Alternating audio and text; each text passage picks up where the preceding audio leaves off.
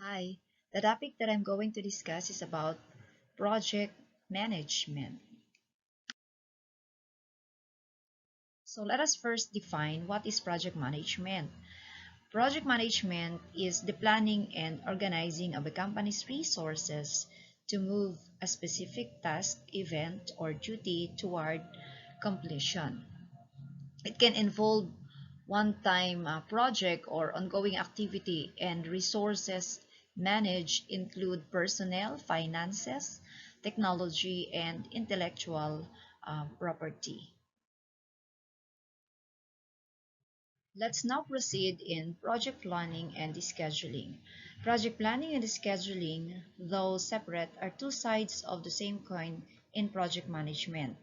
So fundamentally, when we're talking about project planning, it is all about choosing and designing effective policies and methodologies to attain project objectives, while project scheduling is a procedure of assigning tasks to get them completed by allocating appropriate resources within an estimated budget and time frame.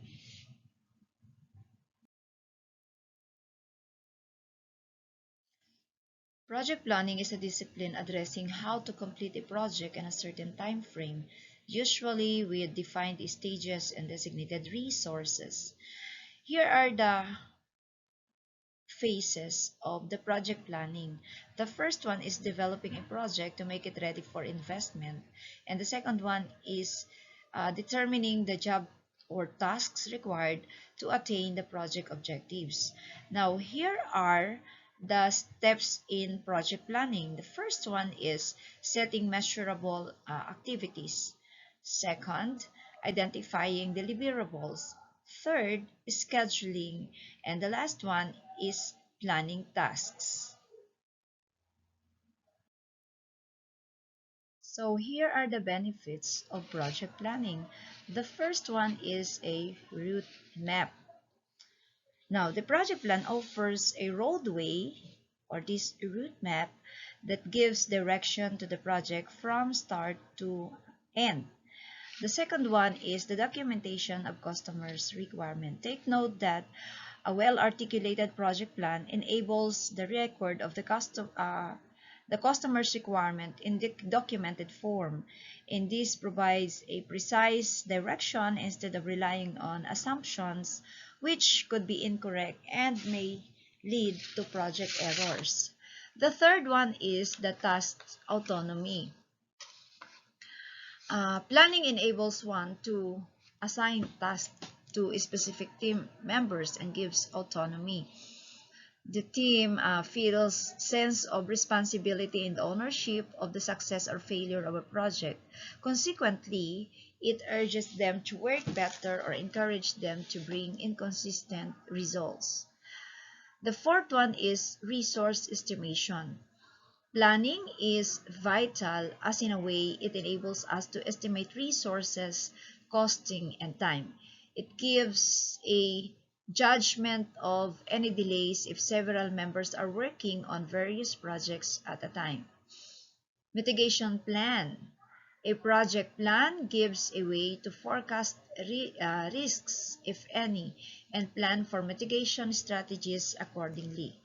The fifth one is the identification of employee capabilities. The planning phase enables to identify the employees with certain skill sets or expertise.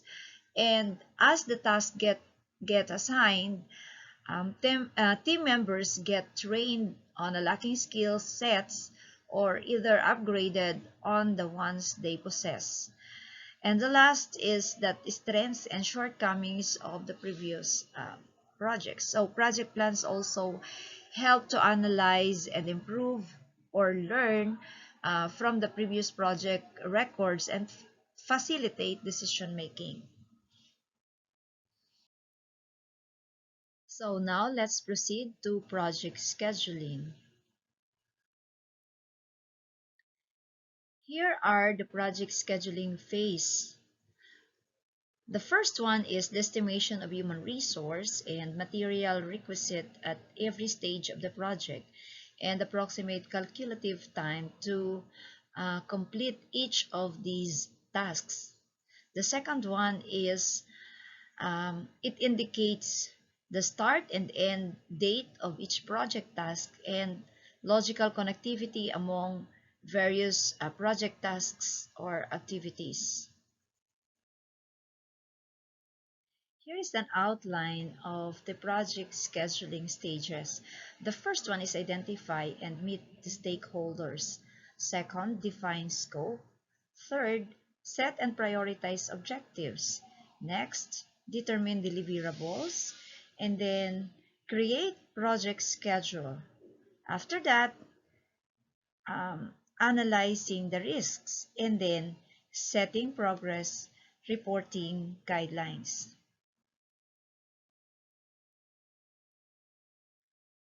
This slide presents the benefits of project scheduling, which the first one is it reduces lead time. How? Now, the project schedule gives an outline of the tasks that are to be completed on a priority basis or simultaneously with other project tasks. This keeps the team members notified about it and prevents any delays or postponing of tasks, thus reducing the lead time. The second benefit here is cost reduction. Now, it enables to monitor the resources by preventing the overlapping of tasks, and it also leads to the effective utilization of resources and returns the unconsumed resources in time, thus cutting costs. The third benefit is that it facilitates productivity. Now, upon evaluating logical connectivity between the tasks, resources that are not optimally utilized can be assigned on extra tasks, thus enhancing productivity. Next, project scheduling can foresee problems in advance. A precise project schedule enables one to foresee any project or problems in advance pertaining to either under or over utilization of resources and ensures optimum consumption of the same. The next is it sets a goal. Now, a project schedule allows us to set goals, either short-term or long-term, providing a direction and vision while executing the project.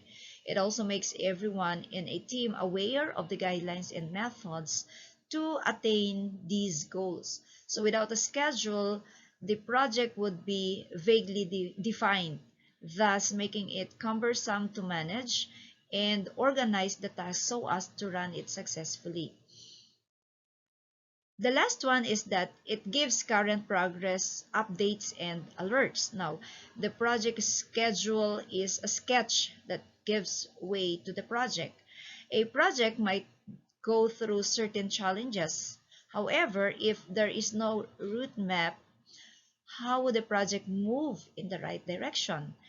In such a case, a project schedule helps in assessing how off track a project has been and possible ways to bring it in the correct direction.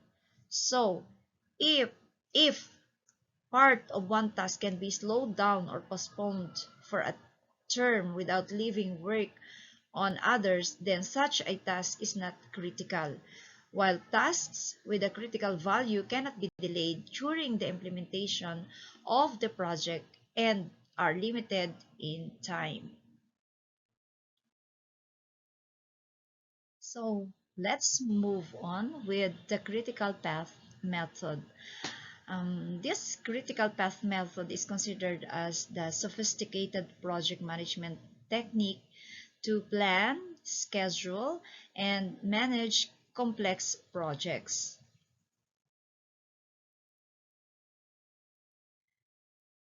Critical Path Method or CPM is defined as an algorithm for planning, managing, and analyzing the timing of a project. The step-by-step CPM system helps to identify critical and non-critical tasks from project start to completion and prevents temporary risks.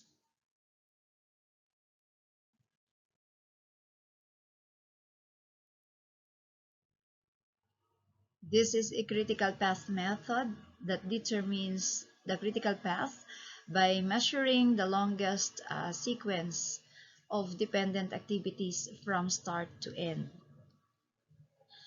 Critical tasks have a zero runtime reserve. Now, if the duration of these tasks changes, the terms of the entire project will be shifted. That is why critical tasks in project management require special control and timely detection of risks.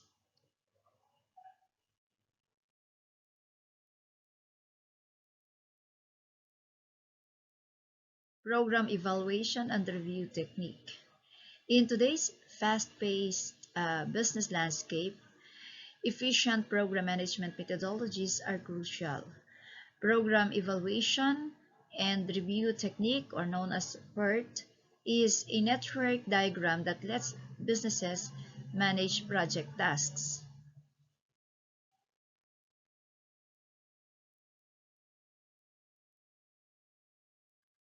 What really is program evaluation review technique, or PERT? The program evaluation review technique, or PERT, is a visual tool used in project planning. Using the technique helps project planners identify start and end dates as well as interim required tasks and timelines. The information is displayed as a network in chart form. This is a visual representation the time takes to complete a project.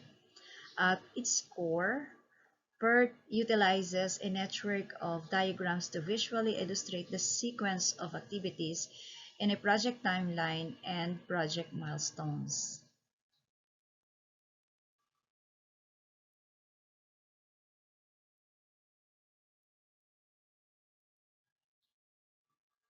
So, PERT helps project planners identify the start and end dates, anticipated total required completion time, all activities referred to as events on the chart that impact the completion time, the required sequence of events, as well as the probability of completion by a certain date. PERT has a set series of steps in mapping out a complex project which include list all the tasks and milestones required for the completion of the project. Second, determine the required sequence of tasks. Third, design a chart to visually display all the steps. Next, estimate the time required for each task. Then, identify the critical path, the longest series of tasks in the project. And then the last is adjust the chart to reflect progress made once the project starts. We're now going to proceed our discussion with the resource management in project. Now, resource management is critical for organization to ensure they are optimizing and allocating resources to the right initiatives. And the initiatives must be aligned to corporate strategy and bring the most value. Now, by minimizing waste and duplication, streamlining and automating processes, and maximizing and speeding throughput, the enterprise is in a better position to respond quickly to customers' demands and be nimble to change. Program and project delivery demand better resource management. So, what is project resource management and why is it important?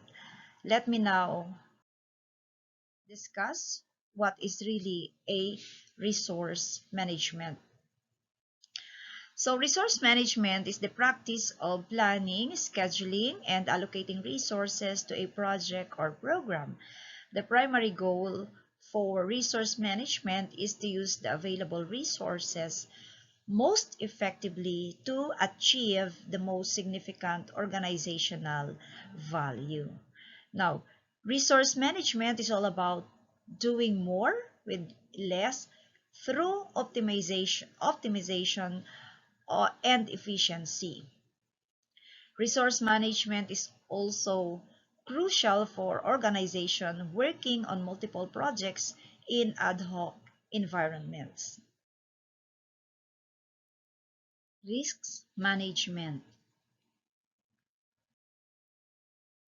So, what is risk management on projects? Project risk management is the process of identifying, analyzing, and responding to any risk that arises over the life cycle of a project to help the project remain on track and meet its goals. Risk management isn't reactive only. It should be part of the planning process to figure out the risks that might happen in the project and how to control that risk if in fact occurs. A risk is anything that could potentially impact the project's timeline, performance, or budget. Risks are potentialities in a project management context. If they become realities, they then become classified as issues that must be addressed with a risk response plan. So, risk management then is the process of identifying, categorizing, prioritizing, and planning for risks before they become issues.